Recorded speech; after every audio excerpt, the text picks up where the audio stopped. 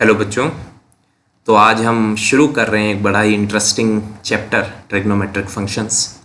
तो इस वीडियो में तो हम बेसिक्स देखेंगे ट्रिग्नोमेट्रिक फंक्शंस की, ग्राफ की स्टडी करेंगे, 6 के 6 फंक्शंस जो हैं उनकी, और डोमेन रेंज सीखेंगे, बेसिक बातें सीखेंगे, ठीक है। और फिर आगे के वीडियोस में हम न्यूमेरिकल्स, फार्मूले, ये सारी चीज़ें सीखेंगे। 11th क्लास में ट्रिग्नोमेट्रिक फंक्शंस का बहुत ज़्यादा यूज़ है, कैलकुलस में तो इस्तेमाल होता ही होता है, और स्ट्रेट लाइंस में भी थोड़ा सा इस्तेमाल है। ऐसे ही फिर 12th क्लास में बहुत ज़्यादा इसका यूज़ है, तो इसको पक्का करिए।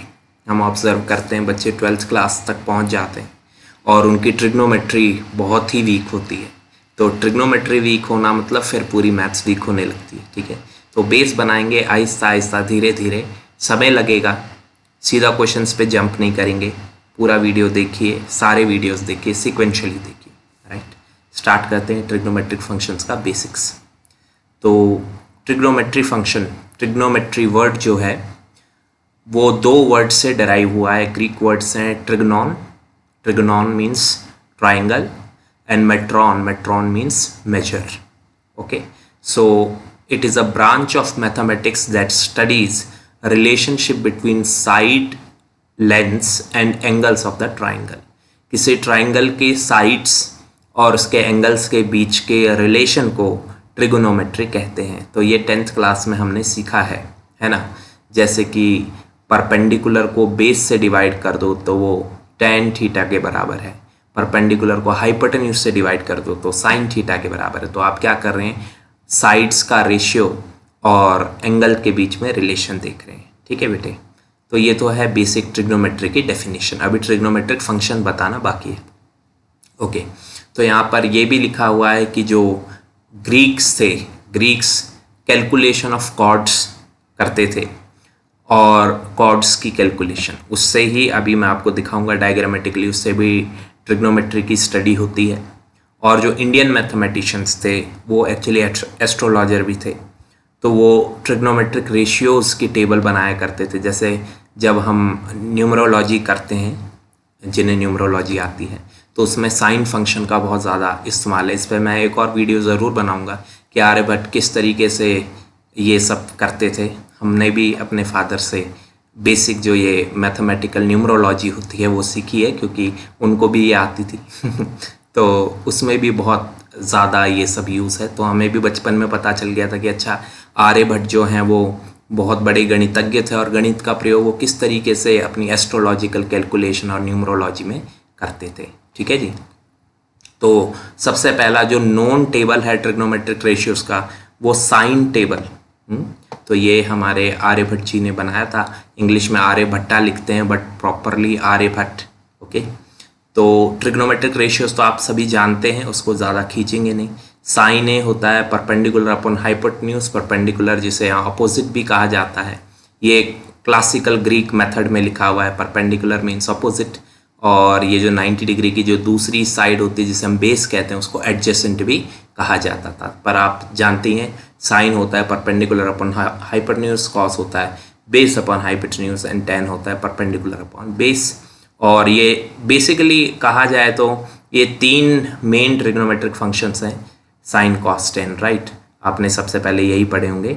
और फिर इनके रेसिप्रोकल, साइन का रेसिप्रोकल कॉसिकेंट होता है, कॉस का रेसिप्रोकल सीकेंट होता है, और टेन का रेसिप्रोकल कॉट होता है, ठीक है। ये भी बेसिक बातें। कॉसेक साइन का रेसिप्रोकल, सेक या सीकेंट कॉस का रेसिप्रोकल, और कॉट टेन का रेसिप्रोकल होता है।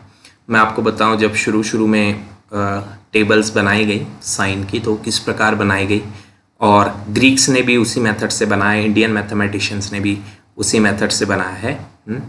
तो देखिए, मैं आपको एक बार दिखाता हूँ। ये एक सर्कल है और इसको हम कहते हैं unit circle. Unit circle means इसका जो रेडियस है वो यूनिट है।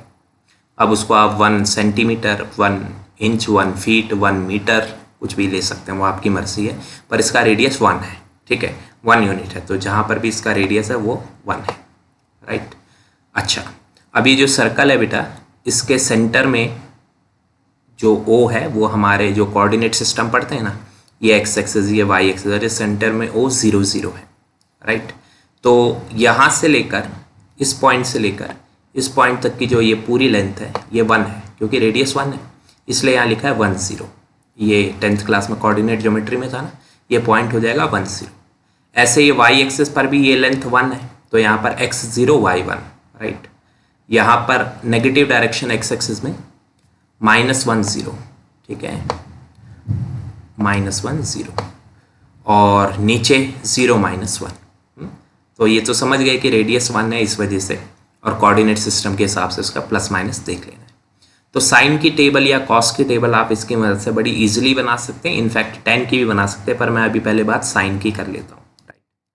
तो आप जानते हैं बेटे कि ये जो आपकी लाइन है, इनिशियल लाइन है, और ये जो हमारी फाइनल लाइन है, इन दोनों के बीच में जो ये एंगल है इसी को हम x कहते हैं, या आप थीटा कहना चाहते हैं तो थीटा भी कह सकते हैं, राइट। तो हमने क्या किया, ये एंगल बनाया, कितना भी ले सकते हैं, 30 डिग्री, 45 डिग्री, 60 डिग्री, कितना भी ले सकते हैं।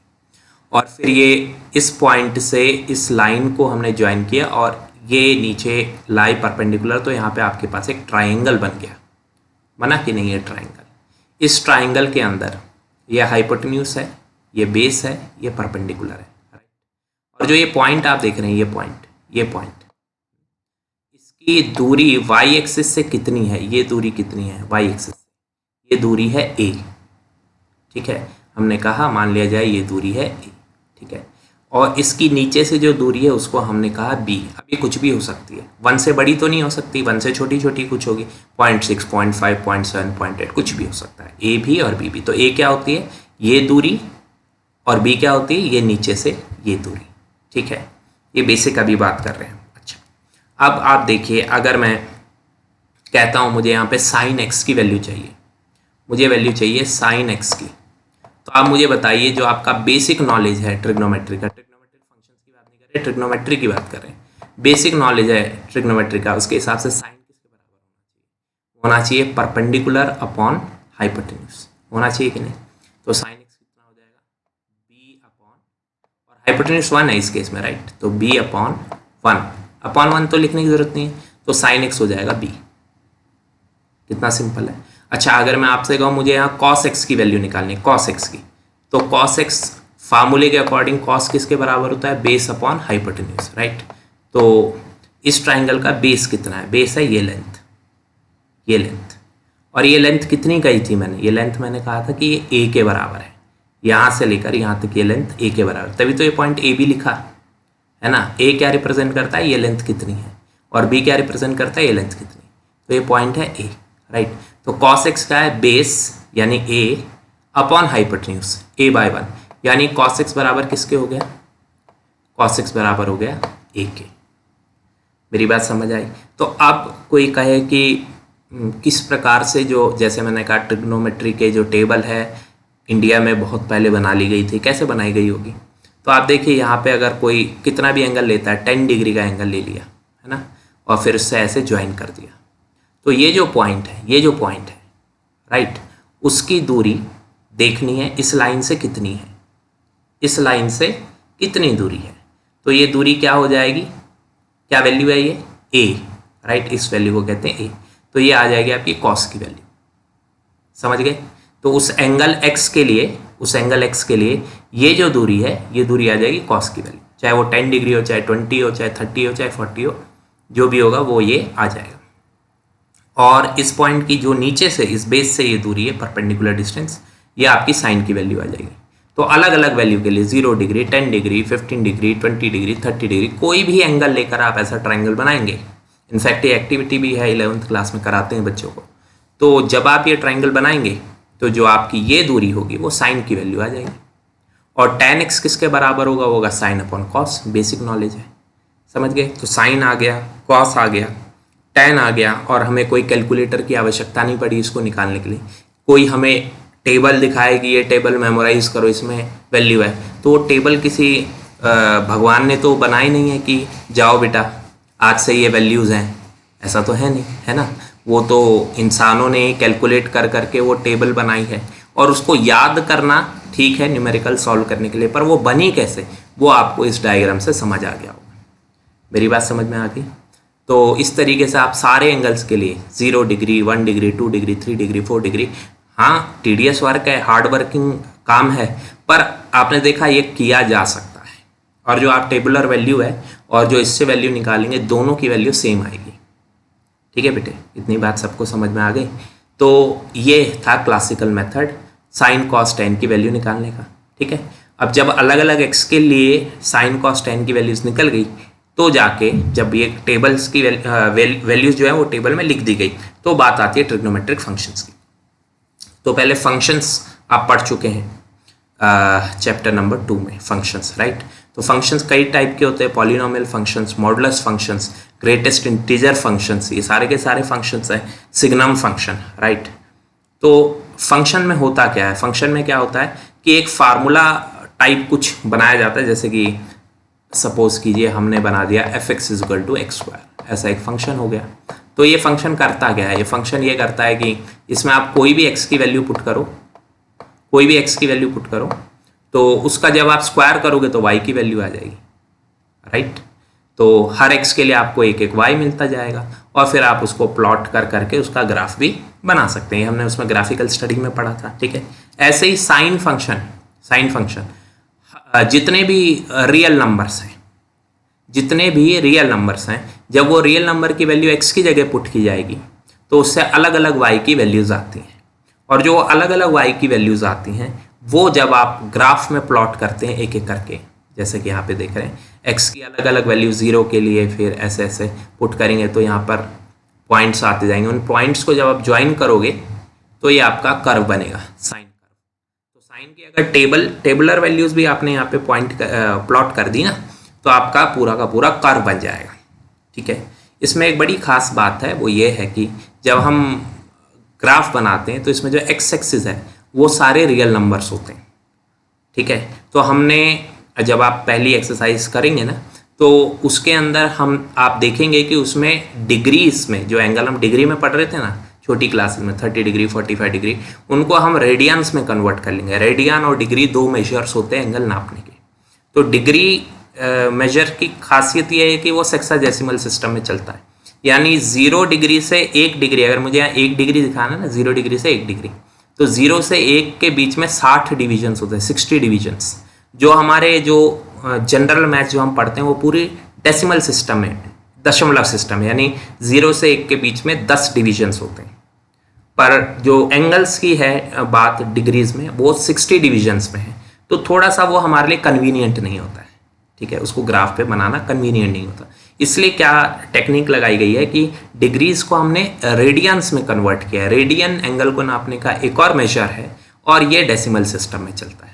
तो 3.1 जो पहली एक्सरसाइज है वो इसी पे है कि पहले डिग्री को रेडियन में कन्वर्ट करना सीखिए।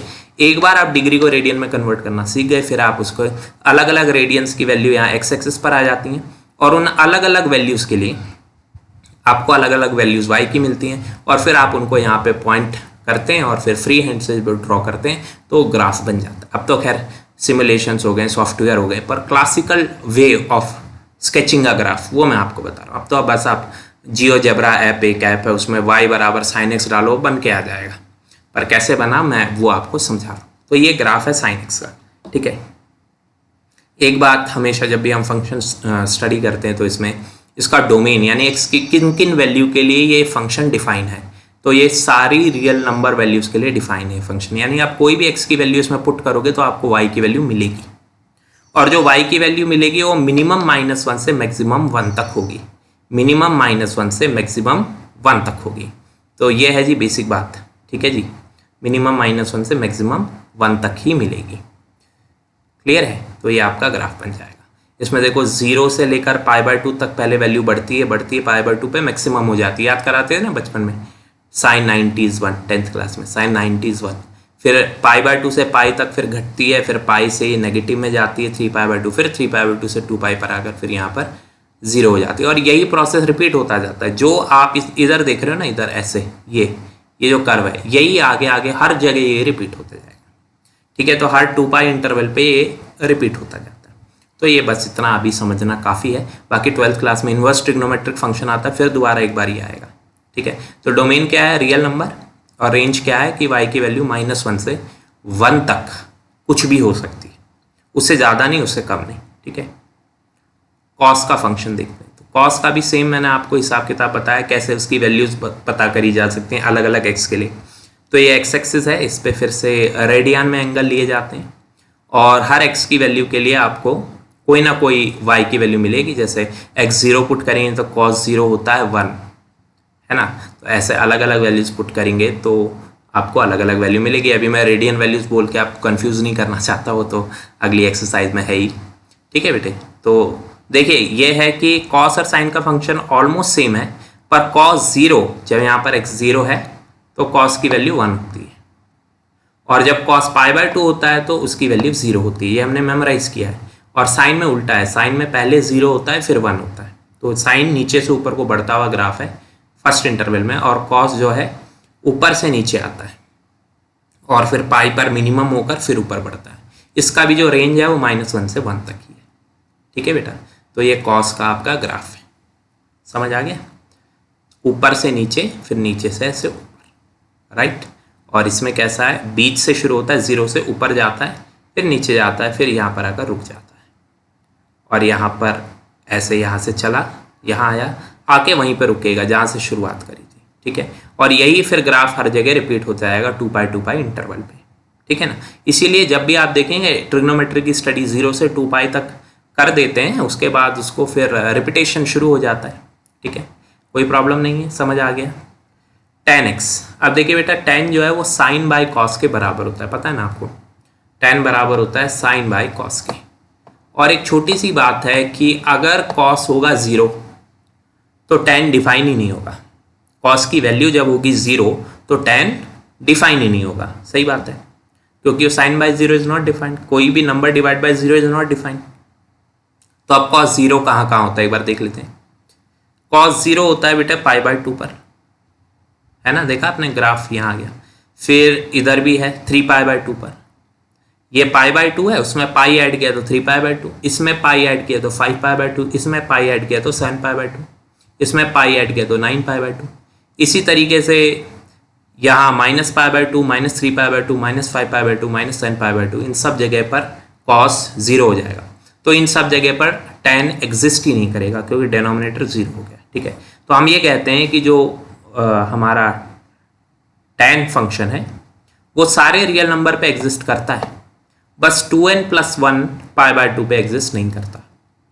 2n+1 π/2 किस बेस पे बोला है। अब इसमें n कोई भी इंटीजर पुट करके देखो, n 0 पुट करोगे तो आ जाएगा 1 π/2 यानी π/2, राइट। π/2 पे एग्जिस्ट नहीं करता, अभी बताया। अगर n को 1 पुट करोगे तो 2 1 2 + 1 3 π/2, 3 π/2 पे भी एग्जिस्ट नहीं करता। 2 पुट करोगे तो 2 2 4 + 1 5 π/2, उस पर भी एग्जिस्ट नहीं करता। ऐसे ही -1 -2 -3 कहीं भी पुट करोगे वहाँ पे tan एग्जिस्ट नहीं करेगा। तो हमने क्या लिखा है कि सारे रियल नंबर पे एग्जिस्ट करता है, पर रियल नंबर में से माइनस कर दीजिए 2n+1 π/2। कोई प्रॉब्लम तो नहीं है। तो ये है tan x का, और इसका ग्राफिकल बिहेवियर भी देखिए, ठीक है। तो 0 पर tan 0 है, π/4 पर tan की वैल्यू 1 हो जाती है, पता ही आपको। π/6 पर √3 हो जाती है, 1.7 समथिंग। और फिर 90 तक जाते जाते बड़ी तेज़ी से बढ़ने लगता है, बहुत तेज़ी से बढ़ने लगता है। पर tan 90 पर ये एग्जिस्ट नहीं करता। tan 90 पर ऐसी डॉटेड लाइन जो हम ये बनाते हैं, इसको जब हम कॉलेज के बच्चों को मैथ्स पढ़ाते थे तो बंद कर दिया है। तो इसको कहते हैं एसिम्पटॉट। एसिम्पटॉट यानी ऐसी लाइन जो कि आपके कर्व के पैरेलल रहती है, पैरेलल लेती है। तो यहाँ +∞ से -∞ तक आपकी जो लाइन है, ये जो डॉटेड लाइन है, ये आपके कर्व के पैरेलल रहेगी। यानी आपका कर्व, tan कर्व इस लाइन को कभी भी छू नहीं पाएगा। यानी tan 90 पर फंक्शन एग्जिस्ट नहीं करता, ठीक है बेटे। तो π/2 पर कर्व ऐसे ऊपर निकल जाता है, और फिर π/2 के जस्ट राइट में फिर ये नीचे से आता है कर्व, फिर पाई पर 0 होता है, और फिर बढ़ता बढ़ता 3π/2 पे भी एग्जिस्ट नहीं करता। तो आपने जैसे मैंने कहा π/2, 3π/2, -π/2, -3π/2, ऐसे ही 2n+1 π/2 पे tan एग्जिस्ट नहीं करता है। आई होप मेरी बात सबको समझ में आ रही है, ठीक है। अब इसके रेंज क्या है, रेंज यानी y की वैल्यू, मैक्सिमम y की वैल्यू कहाँ तक जा रही है, वो जा रहा है एकदम ऊपर +∞, और मिनिमम कहाँ तक जा रहा है, एकदम नीचे -∞, है कि नहीं। -∞ से +∞ तक ये जा रहा है। तो इसके रेंज यानी y की वैल्यू तो कुछ भी हो सकती है, पूरा रियल नंबर लाइन इसकी रेंज है। याद रहेगा। तो डोमेन, रेंज, ये सारे ग्राफ अपनी कॉपी में बनाइएगा, ठीक है बेटे। तो tan का भी समझ में आ गया। इसका जो डोमेन है वो r है, बट 2n+1 π/2 उसमें छोड़कर माइनस कर देना, और रेंज इसकी -1 से 1 है। कॉट की बात करते हैं, तो कॉट किसके बराबर होता है? कॉट बराबर होता है कॉस बाय साइन, ठीक है। तो आप ये देखिए, अगर साइन 0 हो जाएगा तो ये एग्जिस्ट नहीं करेगा, सेम वही बात है। और साइन कहाँ 0 होता है? साइन 0 होता है 0 पर, पाई पर, 2 पाई पर। देखो ना, जहाँ पर कर्व एक्स एक्सिस को काट रहा है, 0 पर, पाई पर, 2 पाई पर, -π, -2 पाई, यानी 0 पाई, 2 पाई, 3 पाई, 4 पाई, 5 पाई, 6 पाई, ऐसा कुछ, यानी n पाई पर साइन 0 होता है। तो हम कहेंगे कॉट एक्स डिफाइन नहीं होगा n पाई पर। तो हमने कहा रियल नंबर -n पाई पर वो डिफाइन नहीं है। n पाई यानी 180 डिग्री, 360 डिग्री, ऐसा डिग्री में अगर बताएं तो। देखिए आप एक बार देखिए, अगर मैं इनको 0 पुट करता हूं तो 0 ही आ जाएगा, यानी 0 पे भी डिफाइन नहीं है। 0 पर आपका जो कॉट का ग्राफ है वो डिफाइन नहीं है। आप ये ऑब्जर्व कीजिए, ठीक है, कि जब 0 है तो कर्व उसको छू नहीं पाया, और उसके पैरेलल ऊपर जाता जाएगा +∞ तक अप्रोच करेगा, पर इसको कभी छू नहीं पाएगा, राइट। तो 0 पर कर्व है नहीं, और ऐसे ही पाई पर भी कर्व नहीं है। देखो ऊपर और नीचे भी देखो, पाई के जस्ट लेफ्ट में कहीं पर भी, पाई पर भी एग्जिस्ट नहीं करेगा, 2 पाई पर भी नहीं करेगा, -π, -2 पाई नहीं करेगा। जैसे tan की तरह, tan कहाँ नहीं करता था? π/2, 3 π/2, -π/2, -3 π/2, रिकॉर्ड 0 पाई, 2 पाई, इन पे एग्जिस्ट नहीं करता है ना। और इसके रेंज क्या है? इसके रेंज है +∞ ऊपर तक और नीचे -∞, मतलब नीचे तक जाता जा रहा है। हम उतना बना ही नहीं सकते हैं ग्राफ, इसलिए हमने छोड़ दिया यहाँ पर, राइट। सो -∞ से +∞ इसकी रेंज है, यानी रियल नंबर्स। याद रहेगा, ठीक है बेटा। डोमेन रेंज याद रखना है, बहुत काम की चीज़ है, स्पेशली अगर आप NDA या एयरफोर्स या इंजीनियरिंग इन सब के लिए प्रिपेयर कर रहे हैं तो। 11th में उतना यूज़ नहीं, 12th में तो यूज़ है। आगे बढ़ते हैं। सीकेंट होता है बेटा कॉस का रेसिप्रोकल, पता ही आप। तो ये भी वहाँ एग्जिस्ट नहीं करेगा जहाँ कॉस 0 होता है, और कॉस 0 कहाँ होता है? 2n+1 π/2 पर कॉस 0 होता है। जैसे tan का केस था, tan का भी देखिए यही था सेम। तो कॉस 0 होने पर ही एग्जिस्ट नहीं करेगा। तो इसका भी डोमेन हो गया रियल नंबर -2n+1 π/2, ठीक है। अब बात करते हैं सीकेंट की ग्राफ की। सीकेंट का ग्राफ देख लीजिए ध्यान से, कैसा दिखता है, आ रहा है समझ में? सीकेंट का ग्राफ ये रहा आपके सामने। अब इसमें है क्या? सबसे पहले अगर आप ऊपर देखें तो ये 1 है, तो जो आपका ग्राफ है वो 1 या उससे ऊपर बनता है। इधर भी देखिए 1 या उससे ऊपर, इधर भी देखिए 1 या उससे ऊपर, क्लियरली दिख रहा होगा आपको, ठीक है। और नीचे देखिए बेटा, नीचे आपका ग्राफ -1 के नीचे बनता है, दिख रहा है कि नहीं? ये जो -1 की लाइन है उसके नीचे बनता है। तो आप कहेंगे डोमेन तो हमें पता चल गया r -2n+1 π/2, क्योंकि π/2 और -π/2 पे कर्व फिर से वही ऊपर निकल जाता है +∞ की तरफ, राइट। तो एग्जिस्ट ही नहीं करता है π/2, -π/2, 3 π/2, -3 π/2 इन पे। और रेंज की बात करें तो ये जो रीजन है, ये वाला जो रीजन है, यहाँ पर कर्व नहीं एग्जिस्ट करता है। तो आप क्या कहेंगे? हम ये कहेंगे कि जो इसका रेंज है वो 1 या 1 से बड़ा है, ठीक है, और -1 या -1 से छोटा है, ठीक है। तो 1 और -1 के बीच में नहीं है।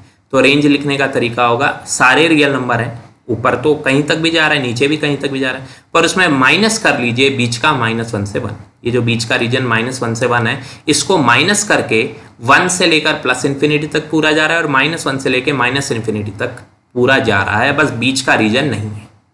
आई होप क्लियर हो गया होगा। तो लिखने का तरीका r ओपन इंटरवल -1 से 1, ये एग्जिस्ट नहीं करता। और आप कॉस का रेसिप्रोकल की वैल्यूज भी देखिए, कभी भी वो -1 1 के बीच में नहीं आएगा, 1 से ऊपर ही ऊपर आएगा, -1 से नीचे ही नीचे आएगा, ठीक है।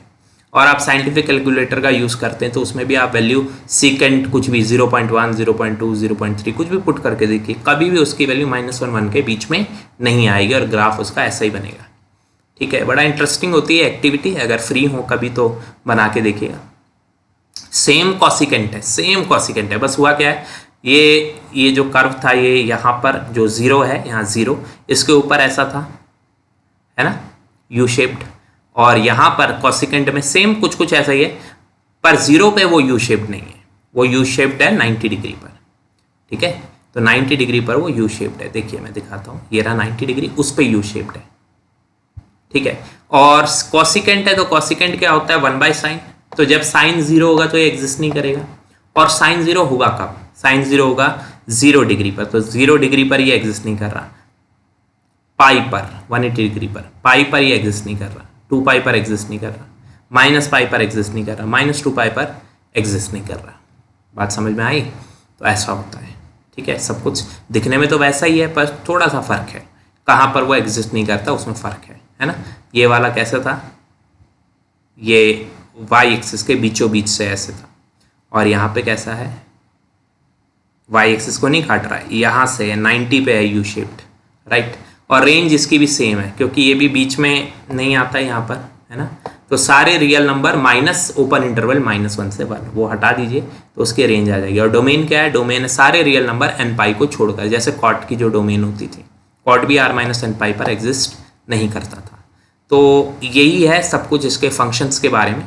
तो जब हम ऐसे ग्राफिकली ट्रिग्नोमेट्री की स्टडी करते हैं और सारी रियल वैल्यूज़ पुट करके हम वैल्यूज़ देखना चाहते हैं फंक्शन की, तो एक्चुअली वो ट्रिग्नोमेट्री की जगह ट्रिग्नोमेट्रिक फंक्शंस हो जाते हैं, क्योंकि ट्रिग्नोमेट्री का मतलब है ट्राइंगल्स की स्टडी, पर ट्रिग्नोमेट्रिक फंक्शन का मतलब है इस ग्राफ की स्टडी। ये है डिफरेंस। ठीक है, ये है डिफरेंस। तो इस वीडियो में इतना ही बेसिक हो गया। नेक्स्ट वीडियो से काम शुरू करेंगे एक्सरसाइज 3.1 का। Thank you.